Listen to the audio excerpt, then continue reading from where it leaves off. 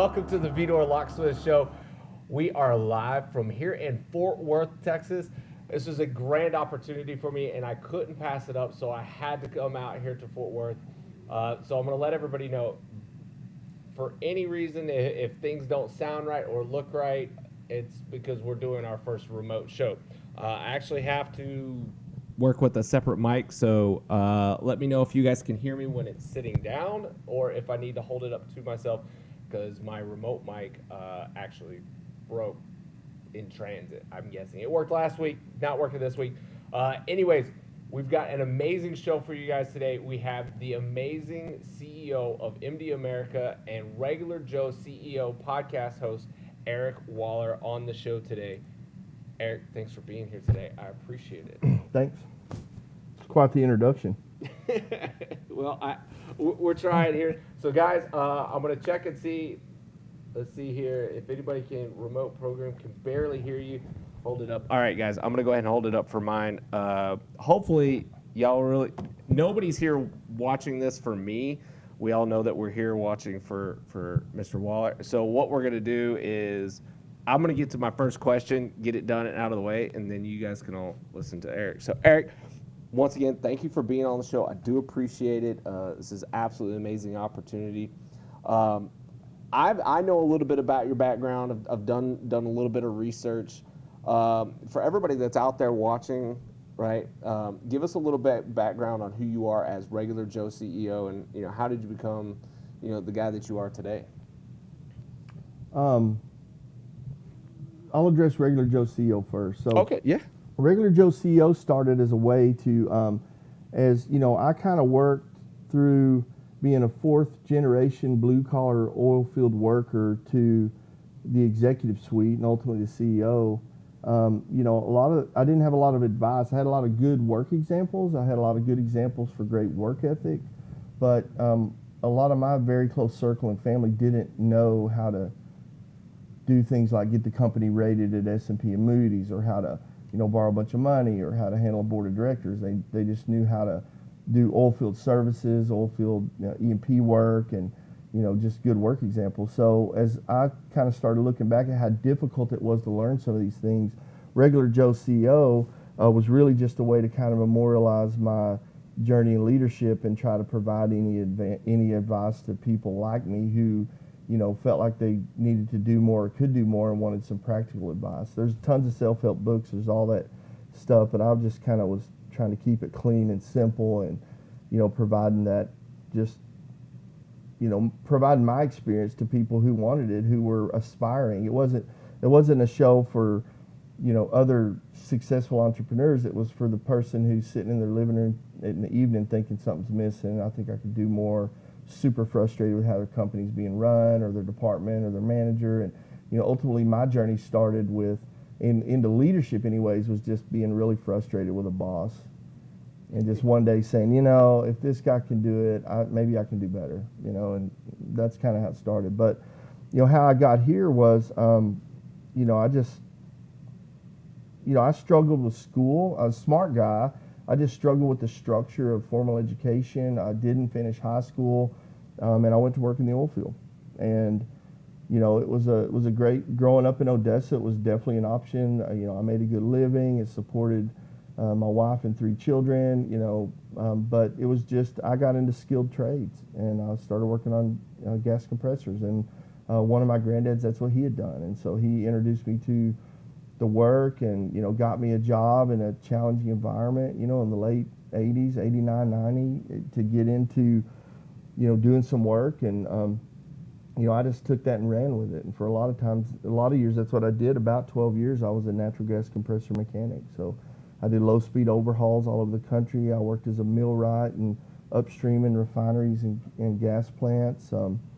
I worked on high-speed integral engines, high-speed separacle engines. A lot of my friends from early in my career are still doing that today. They're out there. They're leading natural gas companies today, where we were working in those companies, 25, 30 years ago. They're the leaders of those organizations today.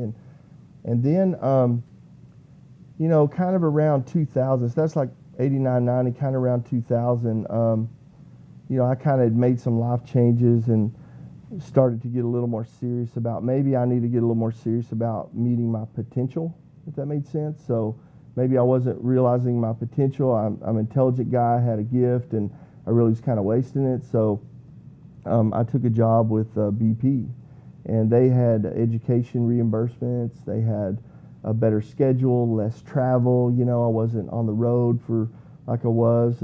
Example of, you know, all my road dogs out there, what's up? But you know, I got married on a Saturday night at 7 o'clock in Odessa, Texas, and Monday morning at 5 a.m. I was headed to Liberal, Kansas.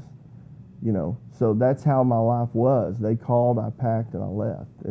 And so, you know, later on you're raising kids, that gets harder, you miss a bunch of stuff. And I never had a rotational job. Like, even the rotational guys are gone half the year, but they kind of can plan. I just was gone. And so, so they had this better schedule. They had this thing where I could do education reimbursement. So, you know, ultimately I just wasn't really serious about going to school, but I knew it was there in the back of my mind. And then ultimately I went, it's a funny story. So I didn't plan on getting a college education. I was working at a gas plant called Block 31 in Crane, Texas. And they had a emergency response team, the ERT. And I was a volunteer firefighter. So I wanted to be on the ERT team at the plant because they got to go to Galveston and do rope rescue training off of this battleship or this naval ship that's parked out there. Yeah. So I wanted to go do the rope stuff. And so I went to join the ERT, and they're like, well, we don't really need volunteer firefighters. We got lots of firefighters. You need to be an EMT to join. And we'll let you join, but you know, if you really want to join this thing, be an EMT. So I said, okay, well, I decided I was going to take EMT classes. And I went to Odessa College at night and started EMT classes, and I was like, wow, I don't hate school anymore. Like, I hated school when I was there. Some kids are created to go to college and go through that path, and I was not. I could not stand school. From about 6th grade on, had enough of it. And so I really kind of fell in love with school again, you know, and so I just then I decided, you know, I think I'll get a certificate. I kind of went to the management program there at Odessa College, and back then it was Sue Jones and Connie Nichols were running the department. Those ladies were really influential early in my journey, and so I said, well, I'll get a certificate. And then I said, well, I'll get an associate's, and then, well, I'll get a bachelor's. You know, I transferred to Lubbock Christian, and they had a cohort program at Midland, and then I just kept getting promoted, and ultimately, you know, my education and the things I was learning were creating opportunities and promotions at work, along with years of experience and hard work I'd put in. But it all kind of came together, and I ended up graduating online in 2007 or 2008. But and then, you know, I ended up, you know, I had a personal connection to a guy who was going to start an oil company, and kind of got recruited to join that team. And you know, from there, this whole thing started with us being there and then raising the money to purchase the assets and create Woodbine Acquisition back in 2011. I was a operations manager, and then by 2012, I was the VP of operations, and you know, by 2014, I was the CEO. So, and then here we are five years later, and I've been the CEO 5 years. We ultimately sold the company and changed our name to MD America Energy, but that's kind of how I got here. So, I have to say, for one, that's an absolutely amazing story, and it kind of leads me into what I want to be able to ask you next is, you know, did you always feel like you were a CEO in the waiting, like that you had that, like internally, you just had a feeling that you were always going to be, you know, a leader, you were going to be able to lead an entire organization? Or was it something that, you know, like there was an epiphany at one moment in time? So it absolutely was. I did not feel that way at all. Matter of fact, I would say in 2001, I would not speak at a safety meeting. I mean, I would not publicly speak. I actually took a speech class and recorded myself speaking. I'd looked at things to be able to, you know, now I thoroughly enjoy speaking. I'll speak anywhere if there's an audience, you know, is bored enough to listen. But the truth is, I wouldn't even do that. What really I would say, if I had to look back and see what was in me that I could recognize, it was not a good trait. I just didn't like authority. as a young man. So I just Nothing wrong with that. no, I just didn't like being told what to do, especially if it didn't make sense. And that's where I don't necessarily think like everyone else. I'm well known for having a different point of view about certain things, and that's helped me in some ways and hurt me in some ways. But I just personally, what really changed for me was I just had a boss. He wasn't a bad person. I just didn't like his plan for me. And his plan for me was kind of be quiet, work hard for about 20 years, and if you're lucky, you can get this job, in lower management. And it just one day I just realized that plan didn't fit me, that there were guys like me needed to develop, that there could be better. And I just kind of was like, well, if you can't beat them, join them. And it was more about, I kind of say I probably started my leadership journey kind of angry at the way things were going, right? And so I had kind of had an axe to grind. But, when I got involved in it, started learning about why the company did things they did, why they were worried about their balance sheet, why they were, things that didn't make sense to me. The more I learned about how it makes sense, the more I became a partner. And the more I became a partner in the business, the more I got the opportunities, And with each opportunity, you have to deliver the results, and that's kind of where I was. But no, there was more of an epiphany, and then just a slow journey. Like there's days, a lot of days I wake up as a CEO and think, man, there's got to be somebody better to do this than me. I just don't wear that robe comfortably all the time. I do it. It's not the job that I thought it was. It's not the job that the people listening think it is. It's hard. It's immensely satisfying in some areas, and it's deeply disappointing in others. Well, tell me a little bit about that. You say that it's different than what people think. What is that difference then? I mean, obviously, I'm guessing people, everybody sees CEO title and it's this and it's that. What are some of those things that could be different there? Well, for one, up until I became the CEO, I'd always had a competitor. There was always someone competing for the next job, right? So I had a singleness of purpose in that I had to be better than my competition. Well, once you become a CEO, there's no internal competition. They don't exist. It doesn't mean people won't vie for my job. I hope they are. But the point is there's not another job to get. It is the job in the organization, right? So it's the top. So immediately the day, to the day or the next day after becoming CEO, everything stopped being about my career and started being about everyone else's. And that's kind of I think you hear leadership talk about that, and you hear people who aspire to be leaders talk about it, but when you're really faced with, there's no more challenge other than to make everyone else's life and job better. That's, everything's shifted overnight. It was just immediate. So that's the, I get accolades. I get to do interviews like this. I get to be in a press release. I get to argue with less people about what I want done. But the truth is, there's a lot of work when you have to consider everyone else instead of your career or your immediate team's career. You always had a team, but when it's everyone else from every position in the organization and every vendor and all of their families and all the communities they impact, the decisions get a lot broader. And I'd say another surprising thing about being a CEO in a small organization, and we are a small organization, is that, but I think this is probably the same in a big organization, is, I can't even ask a question without actions being taken. As people are trying to read where I'm getting or what I want, so I have to be even more careful about even asking a question just for my own knowledge. And lots of times I ask a question, I don't have a motive, I just want to know, and it'll create a set of activities to support what they think I want. So it changes how I speak, it changed how I communicate, it makes me more cautious over communicating, and I'm a high-level communicator, so, those are the kind of surprising things, And there's a lot more pulls on your time, People want to talk to you. So. People want to interview you, of course. Yeah.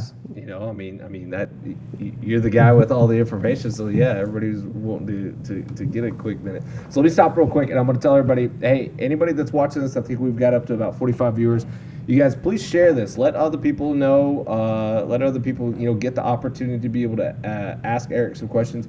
we see everything, and we're working on the audio, so hopefully you guys can hear me. I've dialed it in a little bit more, so if it's not working perfectly, let me know. If you guys have any questions, please feel free to ask them.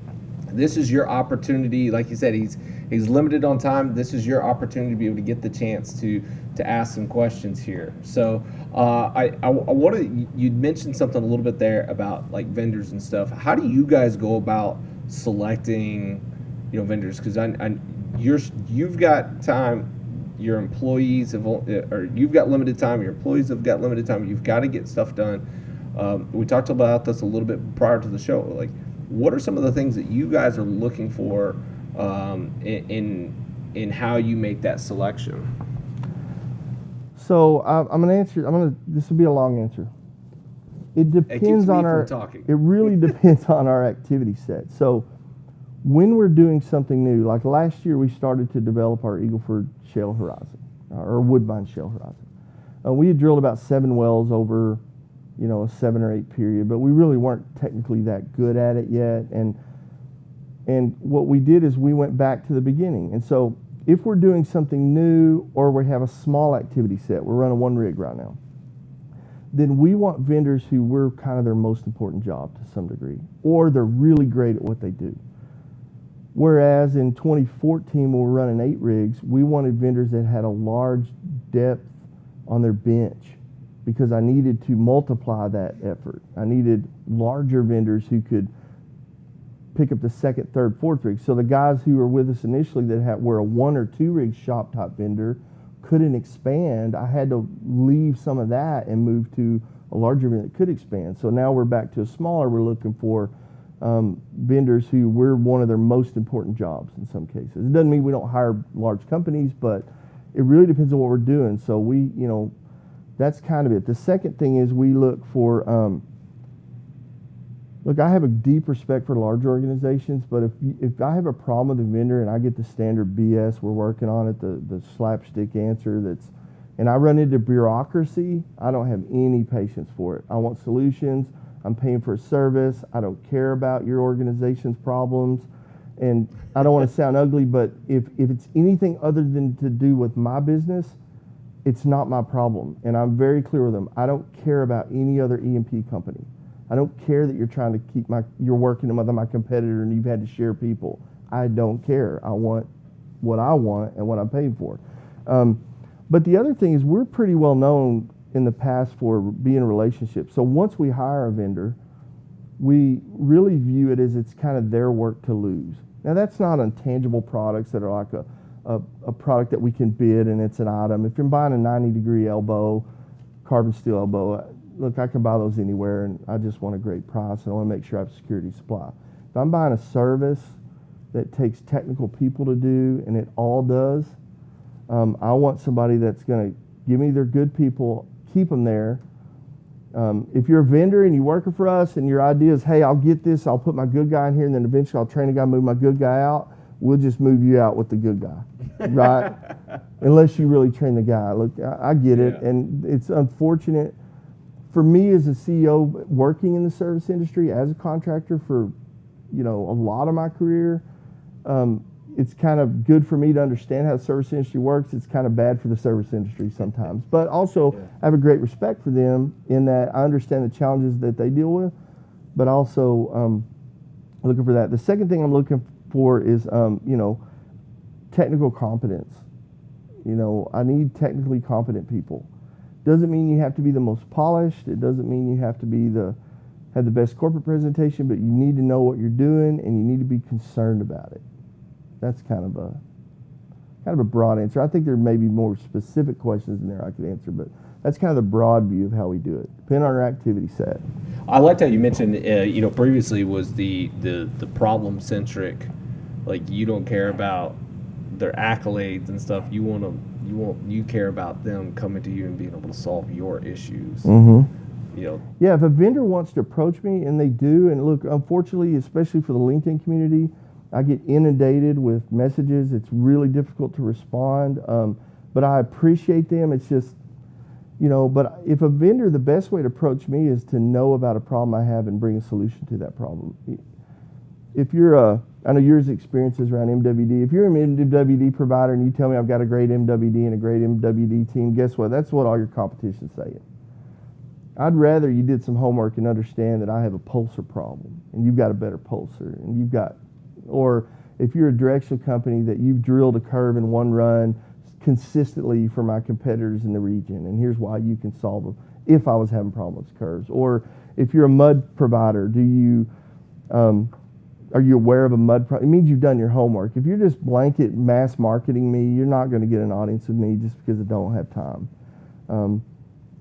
And quite frankly, I'm the CEO and I have impact on a lot of decisions, but our organization handles a lot of that. So one of the things is vendors, I'd love for vendors to hear is, it's great to have a relationship with me or our COO or our VP of operations, but really the low organization, the beginning of our organization, the operational organization does the work is who you need to support you. Because I much prefer bottom down support for vendors than me putting one down. Because look, I'm no fool. If I take a vendor that my field operations doesn't like and plant them in there, if they're really great and they do a good job, they may be successful. But if they're relying on support from the executive organization, my field staff will eat them alive. They'll have problems they never dreamed they had. And look, that's where it's at. So you need to work both angles, but you need to bring real specific problems. I need technical solutions, not emotional solutions. I need data to support those solutions, but also need you solving problems for my field personnel, because that's who's doing the work.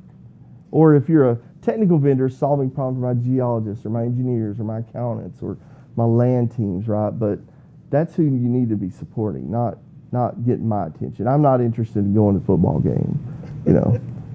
Yeah, it's funny you say that because I used to work at what I like to call used car directional drilling or pro football player directional drilling. I worked for a guy who he had a lot of really high level connections from his pro football days, and every company and every organization that we ended up going and working for, it was like everybody at the lower levels absolutely hated us. We'd show up on location and they go, I'm looking for a reason to get you guys out of here. And it's like, there was no winning. It's like you already started out like you hadn't pissed in anybody's Cheerios yet, but it's like you had already done it for like a week straight by the time you got there. And so it was just like, well, I think that's where this isn't good. This is not going to work. And it's like, and we could have a record well, but then the very next one, like we have like this tiniest hiccup, and it's normally it'd be like, all right, we've learned from this mistake. It'll never happen again. It's like, nope.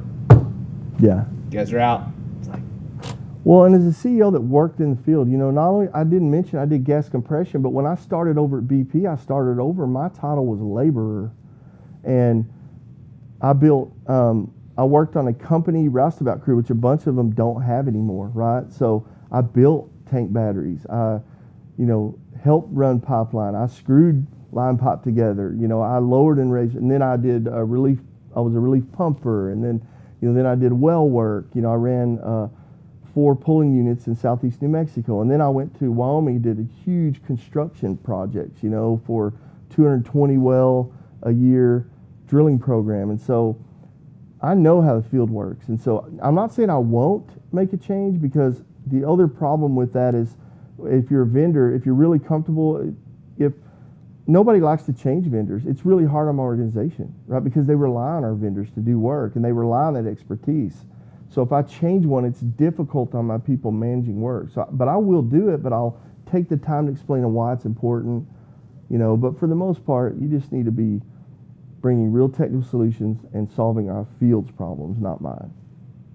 So and price, you got to come down, guys. You know that. I mean, I don't have to say that. So let me switch gears a little bit with you, since you're talking about your organization here, and having seen your growth and the things that you've done. How do you manage, your people in the aspect that, like, if you see somebody within your organization and you're like, this reminds me of myself. And either if you see them living up to their potential and you see entrepreneurship in them, right? Because this kind of folds back on me. Is like, I've always felt like I've been an entrepreneur, and now I finally am. And so it's like, was I doing the companies I used to work for a disservice by not just going out and being that entrepreneur? If you see that in some of your employees, that are living up to that potential or even not living up to that potential, how do you address some of those employees? Because I know there's a lot of guys that are in the oil field services, oil field area that have that entrepreneurial spirit. What would be your advice to them? You asked me two questions. Yes, One, let me I talk. just I'll get to my advice for them. Yeah. But you asked me about how I handle that. Now, being a smaller organization, and we're in really, I'd argue the oil fields, we're bouncing off bottom, right? I mean, we're at $53 today, and we're finding a way to make work, and it's driving innovation. But these are really tough times, right? And so companies of mine, while we may grow, it's very slow. And so, in my organization, one of the biggest challenges is development of those people. I get credit for being an entrepreneur, but the reality is I view myself very much as an entrepreneur. I don't mind starting a business. I don't mind creating a business, but I'm equally or more so excel at making existing businesses better, existing products, existing processes, existing standards better. I'm very much a continuous improvement guy, right? So if you have that entrepreneurial spirit in an organization, be an entrepreneur, right? Learn about how to do it as an entrepreneur. But one of the challenges we have is, we'll develop people who are really great employees, man, really loyal. They ride for the brand, they hold it down for us. And then I can't promote them. I just don't have the spot. I don't have I just don't have it sometimes. And recently, this last year, we've lost two phenomenal employees that really did a great job for us, and they just got to that point where other companies had the opportunities that we didn't. And so when that happens, we just have lunch for them, wish them good luck. It sucks, but at the bottom line is when the dust settles, I always feel good about that, because my job as a leader is to make sure that people work for me are in a better condition because they worked for me. Sometimes that's a really tough conversation. Sometimes that's a termination. Sometimes people are better off because they learned the lesson the hard way.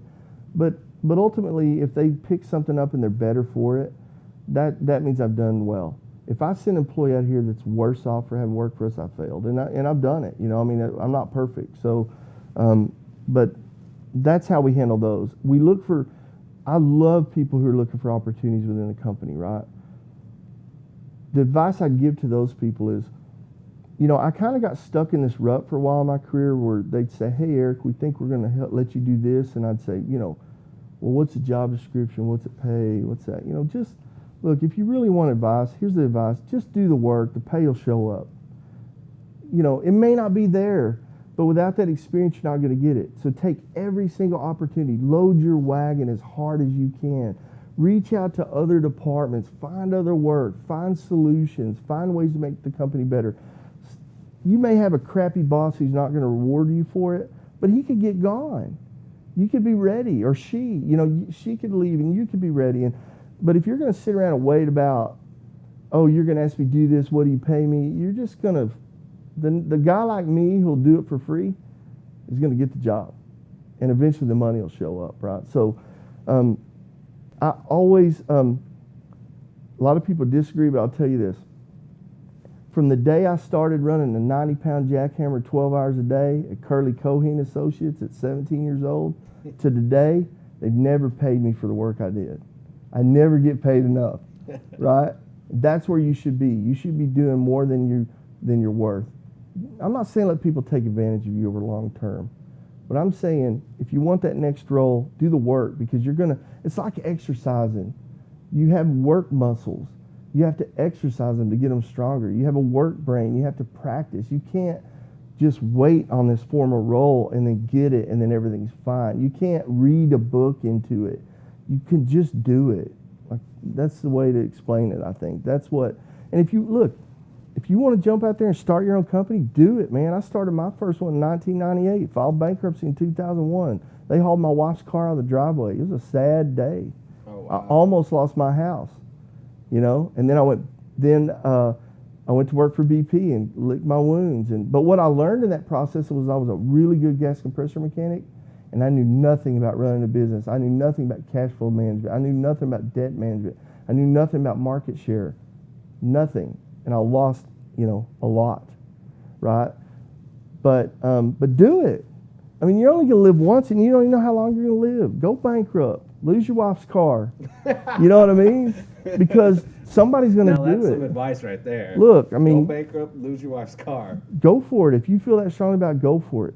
But the one thing I'll tell you about entrepreneurship or even serious leadership is it's way more work than you think.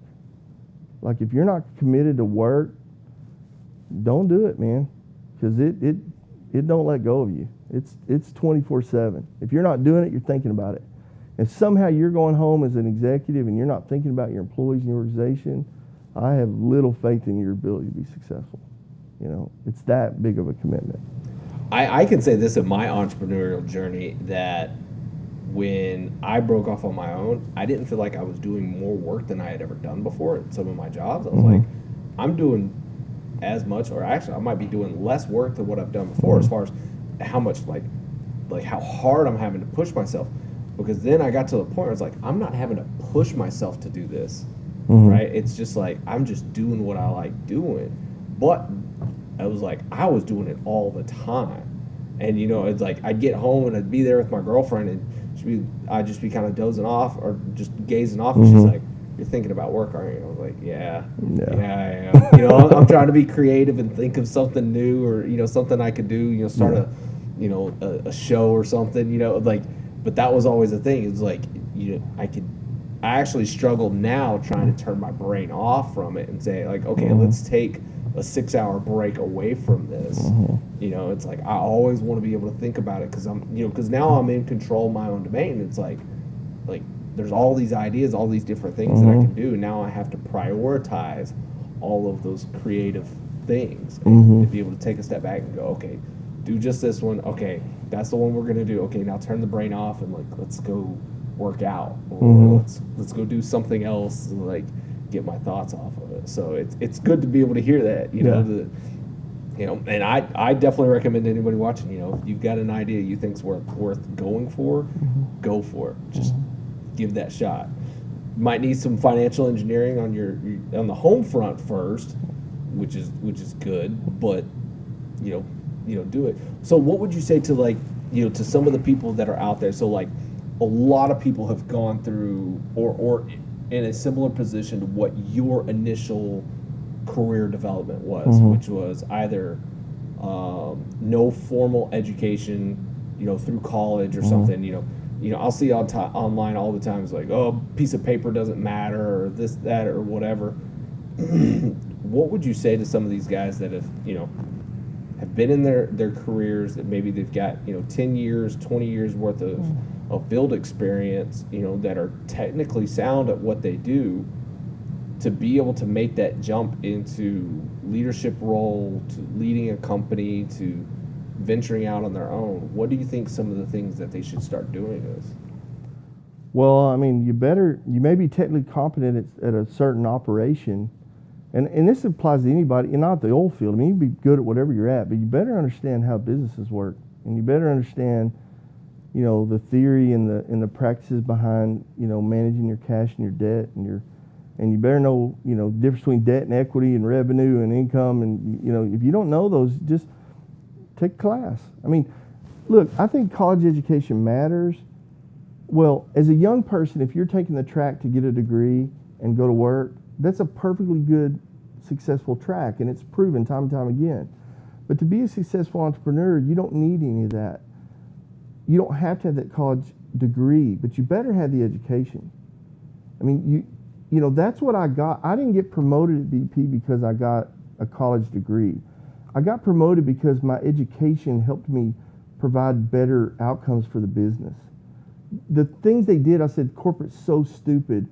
The more I worked on my business degree, the more I went, that's what we're doing. We're moving from a horizontal organization to a vertical organization. And here's why we're doing it, right? I could apply what I was learning.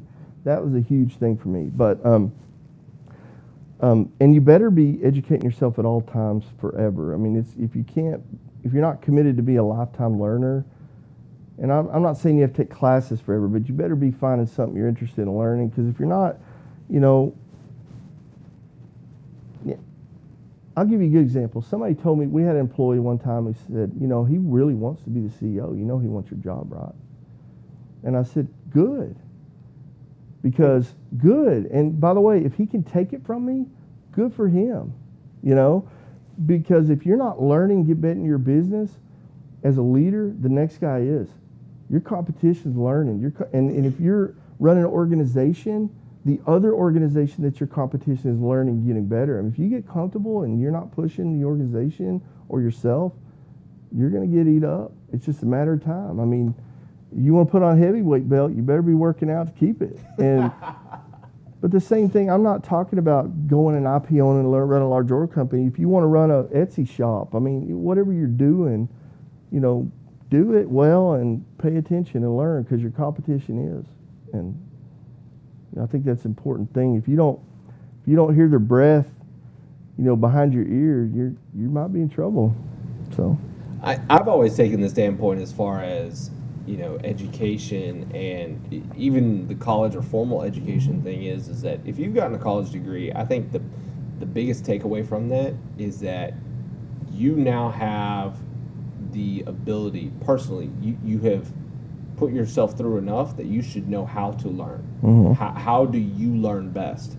And then be able to apply that to other situations, right? And then if you are an entrepreneur, like you said, you always have to keep educating yourself, and because, you know, once you're off on your own, there is nobody else out there to teach you, so you better know how to get on Google or get into a library or find other people or whatever it is to be able to help solve the problems you have, because that's the only way that you're going to be able to make it is through, you know, educating yourself.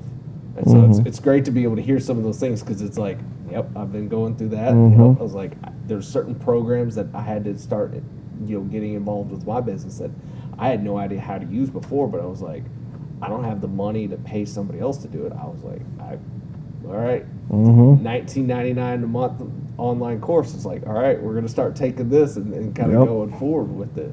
So how do you feel about, as far as, you know, continuing the education with your employees here at MD America? What do you guys do? Tuition reimbursement, or like are you constantly kind of pushing them through, saying, hey, like, you want to learn something new, you want to do something new, y'all embrace that? We do provide education reimbursement. We help people maintain their license. In our industry,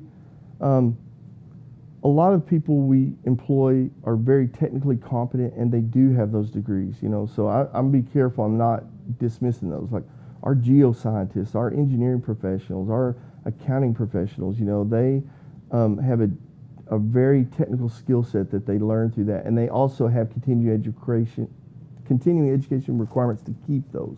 We have attorneys. We have, you know, but I don't really push it, because it's, you just need to, if you're not pushing yourself, what good is it for me to do it? But we're happy to pay for it. And, you know, we're talking about, you know, moving ahead and doing the entrepreneurial things and advancing yourself, but not everybody wants to do that. And so that's, I think, is another important lesson for entrepreneurs and leaders to understand, is not everyone in your organization wants to wake up and run as hard as they can every day. And that's okay.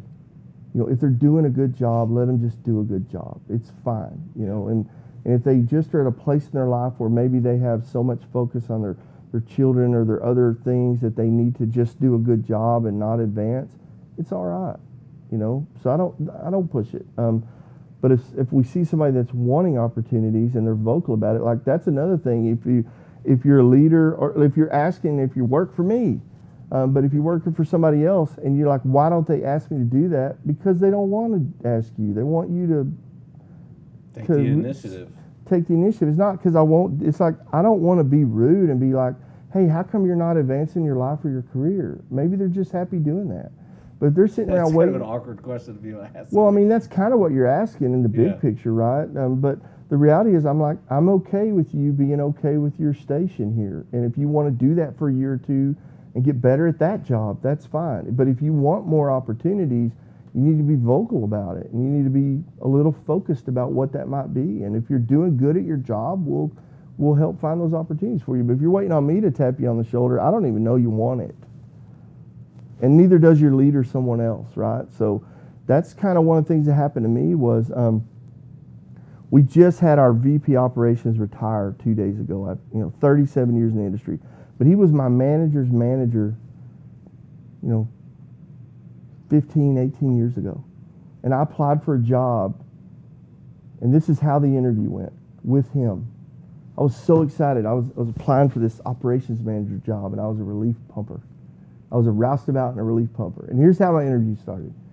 He said, "You know there's no way in hell you're getting this job, right?" and I didn't know. But I said, "Yeah, I know." Because I knew at that moment, right? I don't want to make him think I was dumb. And he said, "Well, I just want to know why you applied for it."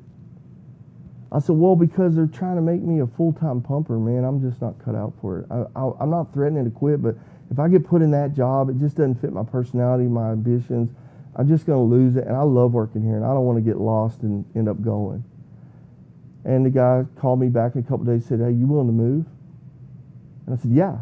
And I got my first big promotion where I got all the well work activity in southeast New Mexico as a result of that conversation. Letting him know I had ambitions, letting him know. And it turns out nobody would go to southeast New Mexico. They didn't want to live in Hobbs or Eunice or Artesia. And you know, I would. But you know what? That turned into the next job that a guy told him, "Man, I really need somebody to run this huge construction department in Wyoming. And I can't get anybody to come." And he goes, "I know a guy will go." You know, I learned about these conversations much later. Yeah. He said, "Hell, he'll go," you know, and so, but that was because I let him know. So if you're in an organization, you got aspirations, let somebody know about it, you know.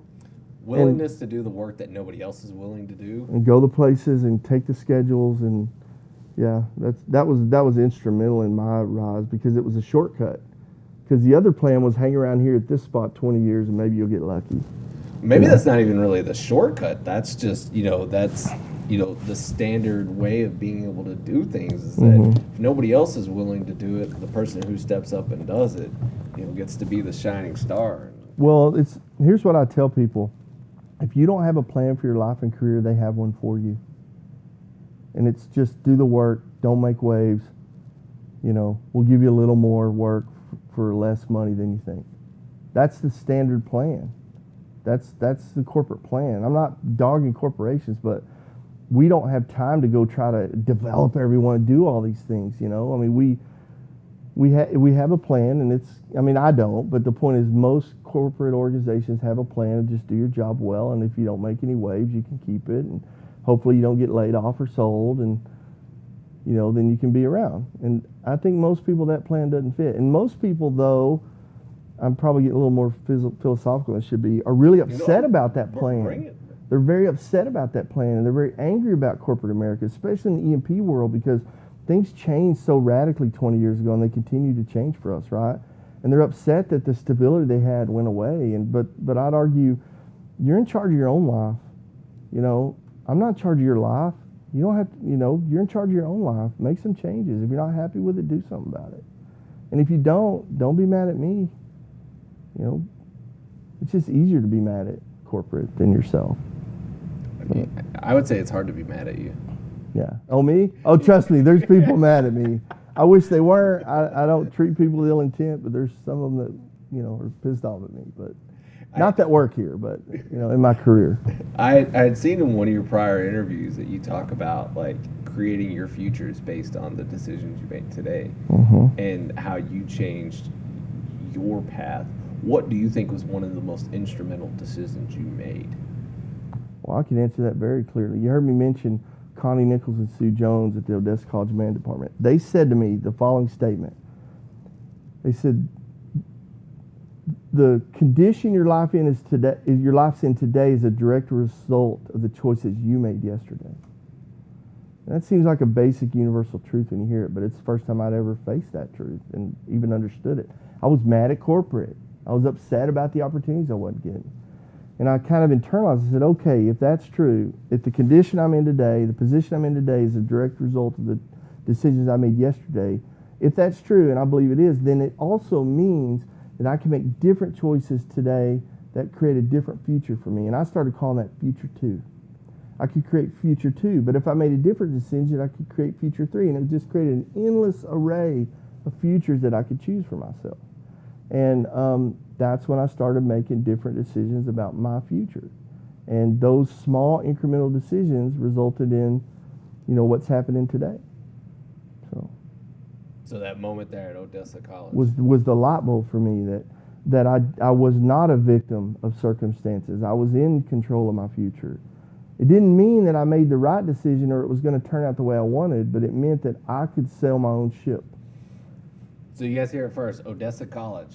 Yeah, now Sue and Connie are there's retired, but they're still around, and they're wonderful instrumental people in my life, and many others since then. But that was the aha moment for me.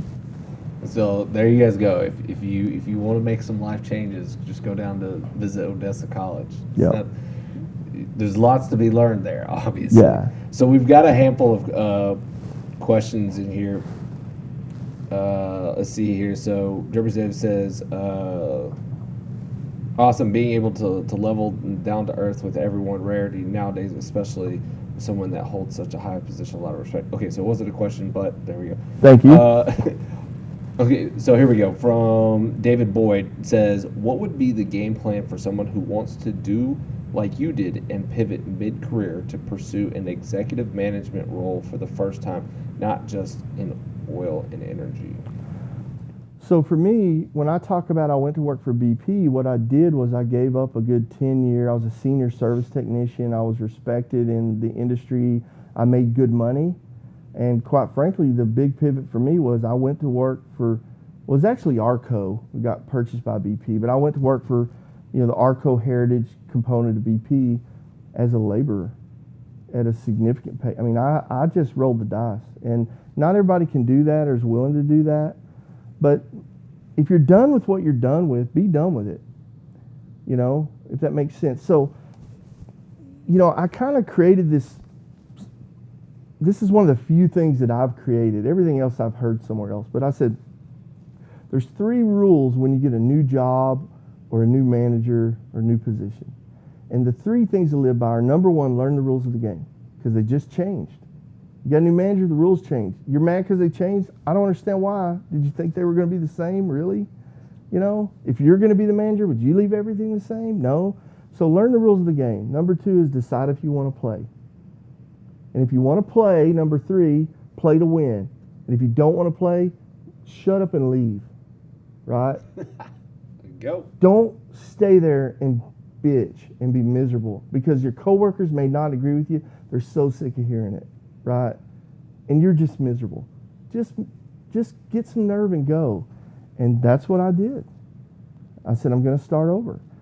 And when I left BP 9.5 years later, I had a new manager, and I learned the rules of the game, and I wasn't going to play anymore. And I was faced with the reality again to start over, right? And so I didn't know that I was going to be a CEO, to answer David's question. I just knew I wasn't going to do what I was doing anymore, at least not there. I knew that if I stayed at that large organization, which was a wonderful organization, by the way, I loved working at BP, but I knew if I stayed another 10 years, I was going to be institutionalized. I knew there was more to the world that I wasn't learning. I was only learning that, and I wanted to expand my horizons. And I knew the manager I had was just a terrible human being. I wasn't going to work for him anymore, right? And I was actually shocked that managers like him really existed anymore, because I had nothing but phenomenal supportive leaders in my entire time at BP until my last bit of time, and that guy sucked, And I'm tempted to drop his name, but I'm not going to. But why be mad at him? I just said, I'm going to leave. And I walked in and left. And my dad said, what are you doing? There's people who kill for your job. They've been promoting you and moving you. What are you doing? I said, let them kill each other for it. I don't want it. And I came here, and I didn't know what was going to happen. Just a few months later, I'm here. 10 months later, I'm here at this startup. I did another job in between there at another thing. And I'm here not sure how it's going to turn out. And then 6 months later, we're forming a company, and then, then we're selling it, and then we're growing. And so my advice to David is, if you're done with what you're done with, be done. And if you can't take that risk, find a way to financially take that risk and be done. Or the safer bet is build something on the side slowly. I don't know what that is. That's kind of the entrepreneurial side. Build an Etsy shop, build an eBay shop, build an Amazon store. Build a tattoo place. Build a tattoo parlor. Do whatever you want to do, right? And do that. But the risky thing is this: not everybody who does what I did has the success I did. Like, you can be done with what you're done and end up in a worse position. That's the chance you have to take. But for me, living in my skin comfortably was more important than the financial outcome. And the financial outcomes turned out to be great in the end. But it was really about being comfortable as a leader, as a dad, as a husband, as a friend, as a coworker, you know, as an employee, being better. And I knew when I worked for that guy, I was going to have to be less of all that to continue. I just wasn't willing to give up being better.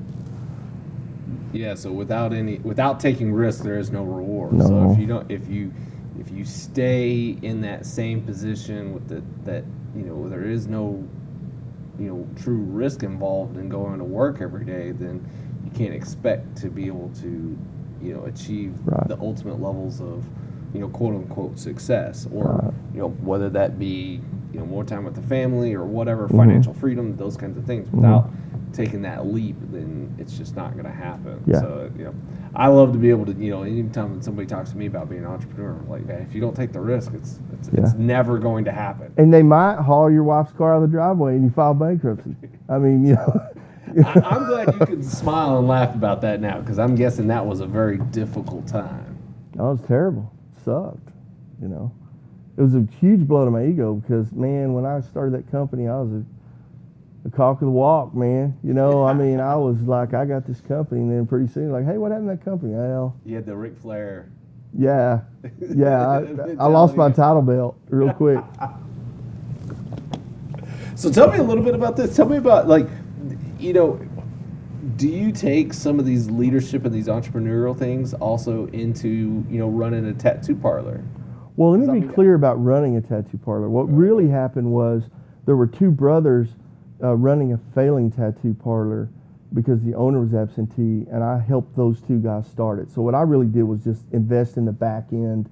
They did it. But I just saw two guys that were really great at customer service, really good at quality, had kind of a cult-like following of return customers, and I just financially backed them because they didn't have what it took financially to get where they wanted to. They own that 100% lock, stock, and tomahawk today, and it's successful. And so we just made a bet. We made a little money doing it. I mean, that's kind of the deal you make, right? Yeah. On some successful people, and on somebody that we recognized would do good, and we made a good bet when we did it. So, I got discount tattoos too, which is great. So do you see a lot in some of these smaller organizations where stuff like that could occur, where you're able to be able to step in, maybe not on the financial side, but maybe on the leadership side, and be like, look, if you guys just do these 2 or 3 little things, you could change the course of your company. I wonder about that, and we actually employ some consultants who help us with some stuff, but I just got to be honest with you, I think most entrepreneurs aren't really looking for advice. They just got the hard-headedness to power through it. I mean, you know what I mean? It's nice to have a sounding board as a mentor or a person you can maybe pick a nugget up, but I think most true entrepreneurs are dancing to their own tune. That's why they're being an entrepreneur. They don't fit in the other mold too well. And so I think that's kind of what they're doing. So that's why I tell them, learn about your business side. I didn't tell them what product to use, because they don't care what advice I have. They just want to know that they just need some encouragement more than anything. So let me ask you this. So you said that, you guys had started, that MD America was a startup, or Woodbine Acquisition was a startup. What advice would you have to somebody, like, if they wanted to be able to start up an oil and gas company? Like, if they wanted to start up an E&P, because you don't really see those very often. I know that there's a ton out there, but you just don't hear about them very often, usually because, mergers and acquisitions, you see a lot of the high-level guys. But, I mean, even through my own reports, I know there's 360-something operators in the state of Texas alone. Oh, there's thousands. Yeah, well, 360 at least. Maybe they've taken drilling, out- they've yeah. taken out drilling permits in the last Yeah, 12 months or something, right? Yeah. So, what advice would, or how would you say, like, if you were to start from scratch again, and you're like, all right, let's go be an E&P company, what would be some of the first steps you guys would take? Well, I was very fortunate to join a team with really experienced guys on the technical side. And so, on the geoscience side, that's where in oil and gas at all, if you don't have good rock, you're not going to make good results out of bad rock. You might make some better results than the next guy, but just go find some good rock, man. And if the rock's good, then go find some money. But more especially, I think the big shocking thing was I just kind of had a view of how the oil company would be, and in my mind, you know, at some point I'd have me a big cowboy hat, my boots on the desk in a smoky wood and leather filled room, you know, and just kind Horns of, on the front of a Cadillac. yeah, you know, I mean, I'm making jokes, but I think early on when we started, there were a lot of guys who kind of took that vision a little far. I mean, the reality is, it was way more work than I thought. You know, and you just don't know what you don't know. And quite frankly, I wonder if I knew everything I would have known, would I've done it? You know, but you just, and I probably would have, but I wouldn't have been as excited about it. You know, but it's not like you think. It's a very technical business. It's the fundamentals matter. It's starting with the rock, the finances, and your ability to execute. If you can't be confident about those, don't do it. And because there's a lot of money at stake, and you take a lot of money from people and you don't deliver, it might be your last shot. You know, that's one thing that I'm very proud of. The people that have loaned the team that I'm involved with money have always made money. And so we give them back money with more than they sent us, and that's kind of what we do. And that's ultimately what all businesses are about, you know. Sure. You better be good at making the people that give you money, or, you know, the rest of it don't matter. Even if that person's yourself. Yeah. Yeah. That's what I'm in the process of trying to do as well. Yeah. So let me see if we got any more questions here. So we've got Thomas Cannon. Thomas is always watching the show. Thanks so much. Great guy. This is the path that I'm following at the moment. It's nice to hear someone who has followed life and common sense values who is making it. So, good compliment. Thank you, Thomas. But I got to say Eric is a again. very inspiring guy to listen to from Andrew Quinlan. Oh, thank you. So you definitely got some fans out there. I got to tell you one thing real quick while Go. you're looking at that. And Yeah. Look, I mean, I get all the accolades, but the truth is, and it sounds so cliche, but the reason I get these accolades is there's just a lot of really good, quality, loyal employees that have let me be their leader.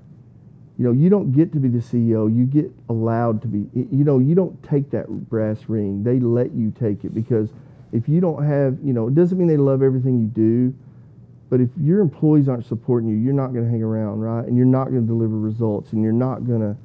And so that's the reason that I get these accolades. And I'm talking about direct peers of my executive team who, you know, that we started this together. I get to be the CEO, but it doesn't mean their role's any less diminished than, you know, it was all of us that started, and we're still here, and, you know, we have different roles, and I get to be the figurehead of the organization, but, you know, I'm just part of a 3 or 4-legged stool, right? And so I just want to make sure I mention that, you know, regularly, because without those guys and gals who just work, you know, religiously for us to get good outcomes, none of this would be possible, you know. Well, I mean, it's great to hear, and you know, just since in my time, you know, visiting here in the past, you know, 2 days, it's, you know, you can definitely see the culture, the attitudes of the people here is completely different to any organization that, especially any E&P organization that I've been around. Mm-hmm. You know, I was just able to walk through the hall and introduce myself to some people, and they weren't like, "Who the F are you?" It was like, "Oh, hey, nice to meet you, great." And just that kind of demeanor, you know, goes to show that there's, you know, the leadership from the top is obviously quite different than in most places. So We're quirky. Well, I mean, obviously so. So let's see here. All right, guys, we haven't got any more questions. We're about right at an hour. So if I don't see any questions here in the next couple of seconds, we might shut this one down. But let's see. Nope. Oh, I thought I saw one coming in. So, So I have a question. You saw our visual management meeting this morning. yes, yeah, that was good. I was just about to ask you about. But yeah, Okay. go ahead. No, I was just curious about your thoughts about it, just being It- first introduced to it. It is definitely something different. I wish I had more time to be able to just keep kind of going through it, because you know, there's only so much of what happens on the E&P side that I understand. Mm-hmm. So trying to put all the puzzle pieces together during that morning meeting, I was like, okay, so this is G&G, okay, that's accounting. I was like, okay, that's regulatory, you know, and being able to see it, that was what I was going to ask you about. Could you So that was from as I think you said in some interviews before this, some guys with MIT that are Yeah, helping so- out with that, or with that visual management structure. So Don Kiefer and Nelson Repenning really, Nelson he's a dean at MIT, and Don works through the Sloan Business School somehow, but they also are principals in a company called Shift Gear, and Shift Gear is a consulting group. But I met Don when it was previously branded as Milwaukee Consulting Group, and Don was an ex-VP of Harley-Davidson manufacturing type guy, and he ran, I think, Hydromatic or some other companies. And so Don's a lot like me in that he started running a machine on the floor of Harley-Davidson, worked his way to VP, right? So, Oh, wow. went to school at night, got his electrical engineer degree, stuff like that. So where Nelson is an intellectual and is really interested in the social sciences of how organizations work, and those two have really spent a couple decades kind of working on this thing we use called dynamic work design, and that's it. I think I mentioned Shift Gear Consulting, but Don has become a good personal friend of mine over the years, and his work has really been instrumental in my career. And what you see is a visual representation of dynamic work design through tools called visual management. And what you saw there in that meeting was from the left, the maps of where we conceptualize where we're going to drill, all the way through the process of getting wells drilled and drilling and fracking completed, and our production activities, all the way to our financial results, is displayed in this really kind of what looks kind of simple at first of these sticky notes that move, but what really happened is a huge conversation that connects our teams. And so that's one of the reasons we're able to be so successful in our drilling and production and financial results, is because everybody in the organization can see what's happening very quickly in about 20 minutes every morning. So that's what that's about, is keeping people connected. And and for me as a person at the bottom of the organization, never knew what's going on at the top of the organization, it's what we try to do to connect people to the real results we need. We need good financial and production results, but that starts over here in the planning phase. And so we have a concept that I actually developed this concept. I call it failing to the left, right? So I want to fail further back to the left of this thing. We call it designing to the left. So the more we can design on the front end loading, the more we can fail cheaper, right? Because it's really expensive to fail with a drill bit. It's very cheap to fail in a multifunctional meeting about where our engineers and our geologists and our accountants and our executive teams and our business development people are in a meeting deciding to drill a well, and we don't want to spend 2 months working on a plan and then geology says, I hate that well, or a land team says, wow, I've got a tidal problem on that well, right? So our land, everybody that has a stake in that wells, we try to design as far back to the beginning as possible. And we've spent years developing that board further and further left. I was very impressed that during the meeting you had a question about where a certain thing was at. I don't want to get into the details of it, but you had asked a question, and there was a back and forth, and you're like, I think I signed it. I don't know if I signed it. I don't know if it's, I think it's on this person, or this thing's this. And then one of the other individuals within the organization went over to the board and went, you already signed it. It's already over here. Yeah. You're like, oh, okay. Yeah. And it was just that quick, and it was somebody not really even engaged in what the conversation was, right? But they knew what you were talking about. They knew what was happening within the organization, and they could walk over to the visual board and go, yeah, it's already done. It's already made its way. I mean, we still have emails. We still have spreadsheets that a lot of these process line, but we don't. Look, we have a saying here, and I didn't invent it. I stole this from Don Kiefer, and that is send a face mail. If it's a big deal, just walk down to my office and I'll give you 3 minutes and tell me. Don't send copy 18 people on an email, waste everybody's time. Don't say, well, it's in the spreadsheet I put on the shared drive. Okay, so that is really a big face mail meeting where people can connect and understand their part in the work and how it connects to the broad picture. And I think that's really important for organizations. You'll hear any famous CEOs talk about that. This is just a different way to do it. And, it does have its limitations. We really struggle doing it remotely with our field staff, so they're probably the least connected to the bigger vision. But we do have some things in place there to try to help. And so we haven't figured out how to do it remotely well yet. but I think technology is going to happen where we can do that, at some point. So it's just a commitment to connecting people to respectful work designs, Got to get them some VR goggles and a Right. 360 camera so they can. It's, we're not far from being able to do that, Oh, right? you can do it now. Yeah, it's just, it needs to be effective, right? Yeah, And so sure. we're working on it. But I also like the fact that within that meeting that nobody is siloed, right? That all the different departments, all the different things, everybody's getting to see and hear, hey, we're having an issue doing this, or we're thinking about redoing this, and that's where you came in and said, let's stabilize before we optimize. And, that's my go-to right there. And it was just interesting to be able to see this. Somebody said, okay, hey, we're having this issue. We're thinking about doing this. And then they get to hear your mantra as far as how to be able to handle the situation so that it's not siloed. It's not an individual with his own problem. It's the entire organization. And then there's the workflow that goes behind that and say, hey, let's do this first. And then we'll worry about the rest of it. And so getting to see that firsthand, I mean, the meeting was what, 10, 15 minutes. 10 to 15 minutes, and there was a lot to take away. And I can tell you, you will not go to an organization, I'm talking about the biggest in the world, to the Exxons to the smallest, that people are that connected. You just won't find one. I mean, that's the one thing that I can say I've done really well, is that.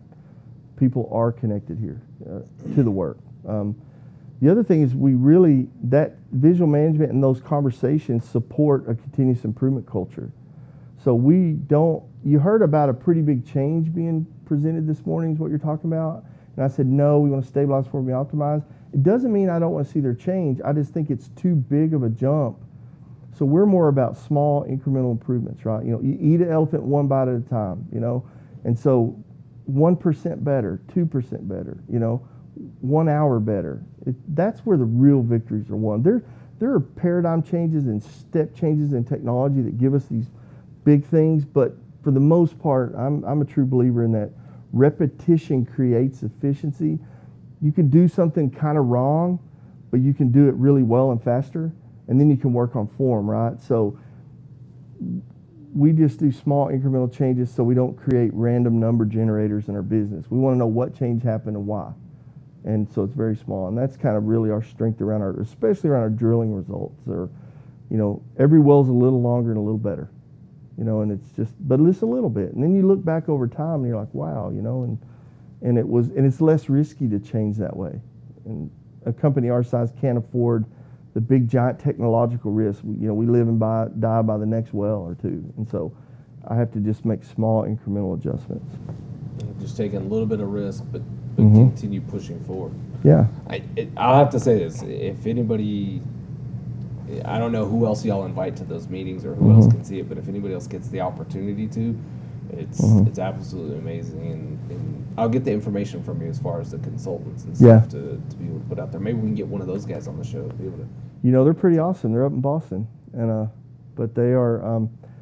They're pretty high demand guys, right? And they're really smart guys, and so I'm very fortunate that I always joke and say they're the scientists and I'm their smartest lab rat, But I'm totally comfortable being that. It's like the book Flowers for Algernon. You're gonna be the smartest ones. Yeah, I'm fine being the good lab rat. All right, so we've had a handful of guys. First, all right. I don't see any questions. I was hoping to see Roy do the fake escalator past the window. Who was that? Aaron Baxter. Awesome, yeah. Roy's off today, but actually I've seen people walking, they see and they're turning around, they're scared that they're going to get on camera.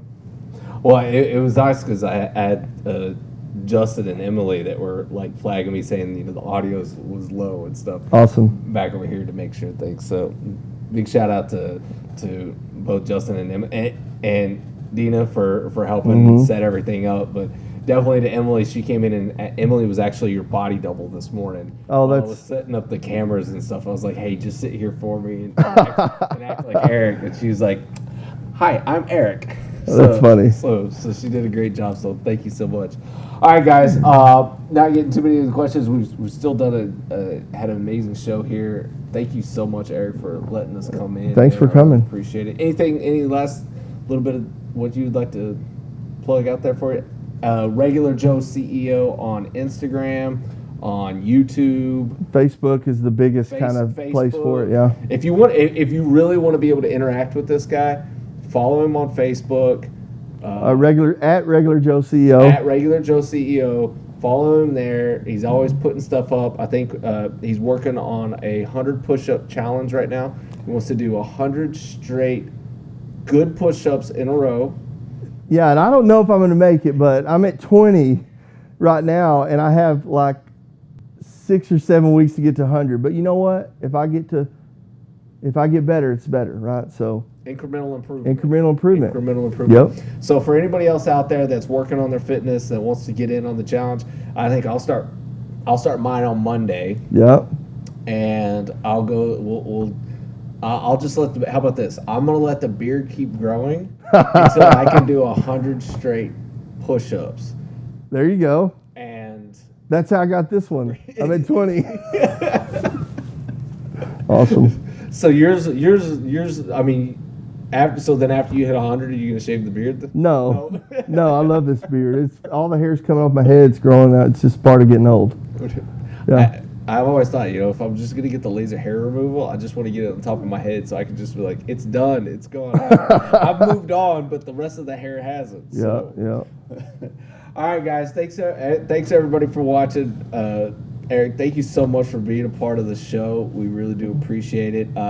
Like I said, in the future, what we're going to do is we're going to we've actually been recording this. We're going to put them on YouTube. We're going to cut out the audio. We're going to put them into podcast format so that if anybody wants to, who hasn't been a part of the 66 or whatever, watching it now, can take part in this later.